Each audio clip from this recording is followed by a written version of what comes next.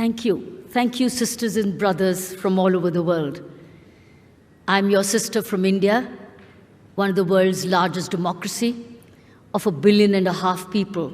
I became the first woman in India to join the officer ranks of the Indian Police Service way back in 1972. It was the reason. I want to thank Mariam Rajavi for a wonderful opportunity. It's a very rare privilege for me to come all the way to experience what you've experienced. The experience, the fight and the struggle you're going through. As a police officer of former times, I want to salute you and salute the entire movement. Salute you completely and pray that Lord and God gives you all the strength to win. To win. I think it's you got to win. That's what we all pray for, that one day you win and you win for the women of the world. That's our prayer. That's what I would like to see before I fully retire in my life. Friends, I want to thank you for having brought me forward because I have a flight to catch back from New Delhi. I have a few points to share. I see a huge energy. I have a few questions which came to my mind while listening to all of you.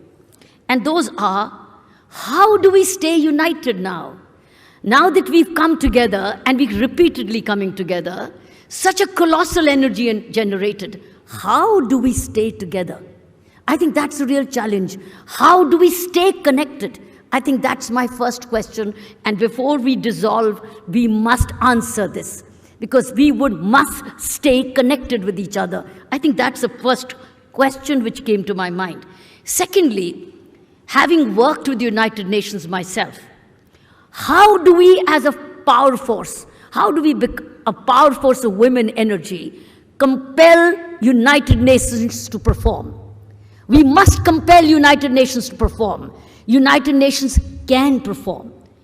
Probably it's underperforming in our case. Therefore, how do we make United Nations perform? The Secretary General's Office, the UN Women, the Human Rights Commission, the Refugees Commission, the Security Council. How do we make them perform? I think that's a question which we need to brainstorm. We need to brainstorm. We got many high-profile women here, women who've been in great positions, women in moral authority. I think that's my second question. From first question, how do we stay connected as energy? Second is, how do we make United Nations perform? Because to get rid of mullahs in power and authority is not an easy task. Therefore, we need to garner all other agencies which are responsible for helping us, which are responsible for staying back, which are there for us. How do we make them perform? Which means the coming 8th March, how do we ensure that there is a huge pressure on the United Nations to listen to this movement and to finally come out with a statement of what they plan to do? The third is, how do we deploy our world's media to write about us? I do not know whether this is making BBC and CNN news today. If it isn't, it's a shame. If it isn't, it's a shame. This must make world news today.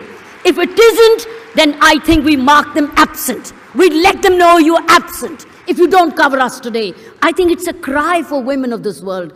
Do you know, when I was told by Pearl, and it was a part of the document, that a stepfather in Iran can marry a stepdaughter, I can't just still get over it. It just doesn't get over it. You can't imagine how angry I am within. Therefore, something like this should have made world news, that this is what's happening in Iran, and then the entire world women take notice of it and condemn this, and to say we condemn Iran for that. I think that's a very vital point.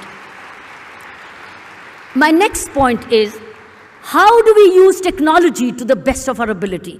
I understand that there are limitations of internet use for women in Iran. How do they get access? They get caught, they would be punished. But how do we make sure, somehow or the other, the messages continue to reach out to Iran? How do we make best use? Today, the world has the best technology.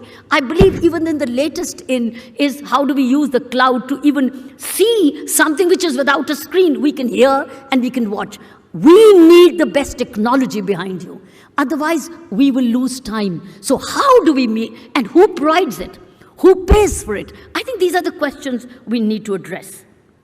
And fifth, I was looking at a Twitter account, a Facebook account, which brings us all together, which is 1 billion women. If we have a population of 7 billion, and if which half the population is about 3.5 billion, at least we should have a Twitter account which is followed by 1 billion women. How do we make sure 1 billion women follow that account? What is that account which we call, and we all unite in that, which could be called women power? Could be anything. We could look for a very bright name. I was thinking about all possible names, but my name doesn't attract me myself, so I can't even share it with you. But the point is, how do we get into a Twitter account which is reached out by 1 billion women? By 1 billion women. And then we sign online petitions of 1 billion women, and it goes to the Secretary General, it goes to Security Council, it goes to Obama, it goes to United Kingdom, it goes to Security Council members, the 5P. I know how 5P functions, having worked with the United Nations. But the fact is, we need to address this. If they can go about having sanctions on nuclear energy, why can't they have sanctions against Iran on these issues where women's lives are being ruined? Women's lives are being... Why can't we have sanctions? Why isn't women and women's rights as serious as nuclear energy? I think these are the few things I thought I would raise these. How do we stay united? How do we now convert this convergence into huge worldwide energy? How do we become 1 billion people? How do we become 1 billion voice? How do we use technology? I think this is a very rare, it's a huge, colossal effort. I want to thank and admire this National Council of Resistance of Iran. It is, you know what I just tweeted while sitting with you, is that if God wants to punish a woman,